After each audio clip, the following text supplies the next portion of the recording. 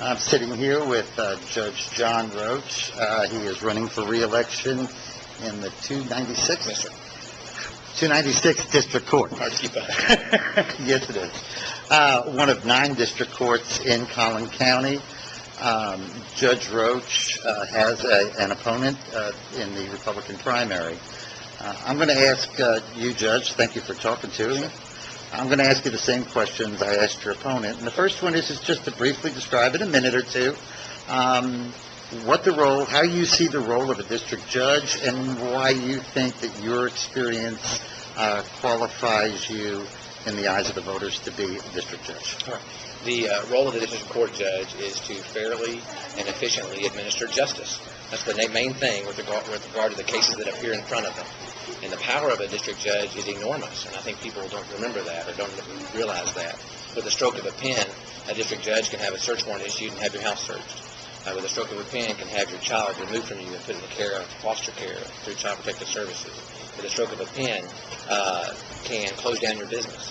And so, as a district judge, it's your responsibility to fairly make sure that those things are done according to the law and done it fairly to everybody.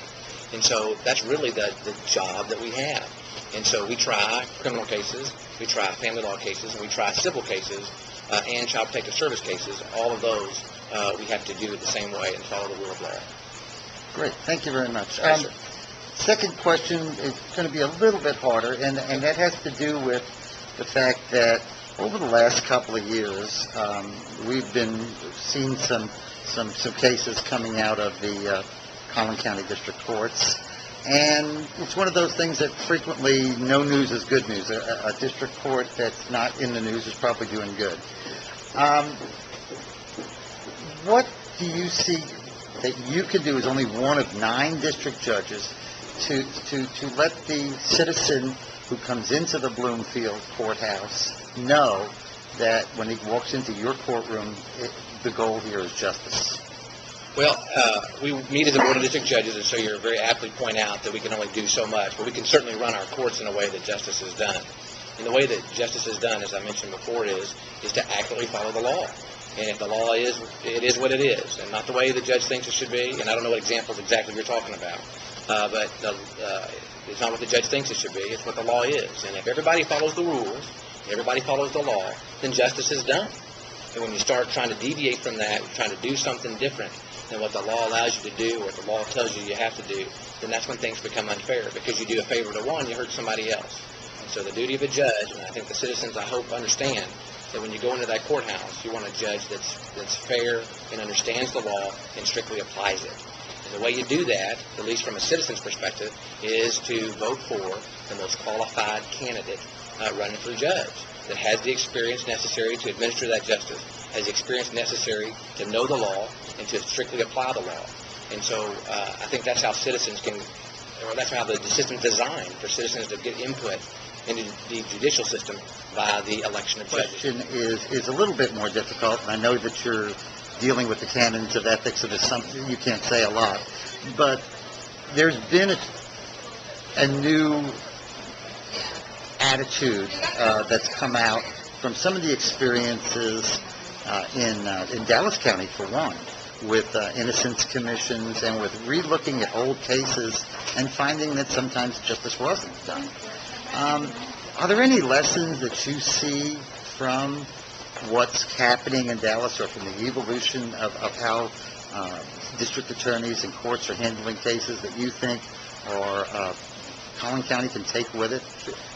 I do in many ways. The system is what it is, but in many ways I do, and I think it really falls on our obligation as elected officials and district attorneys and judges to educate the public. Because when you talk about these convictions, when you talk about these, in Dallas they had these wrongful convictions, the jury heard all the evidence and rendered a verdict based on it.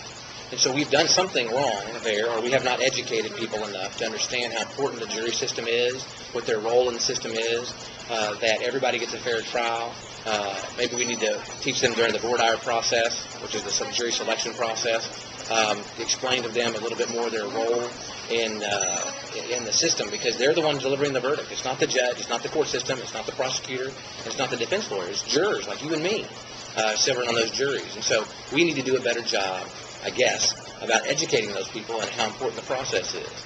You know, every Monday morning I go down to the courthouse and qualify all the jury panel, for example.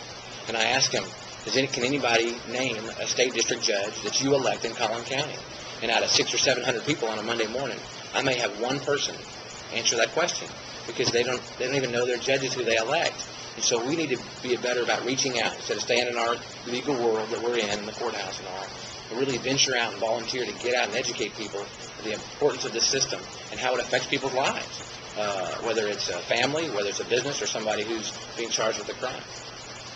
Thank you very much, and we've used the time up. Did that answer your question? Yes, it did. Okay. Yes, it did. You answered the question better than I asked it.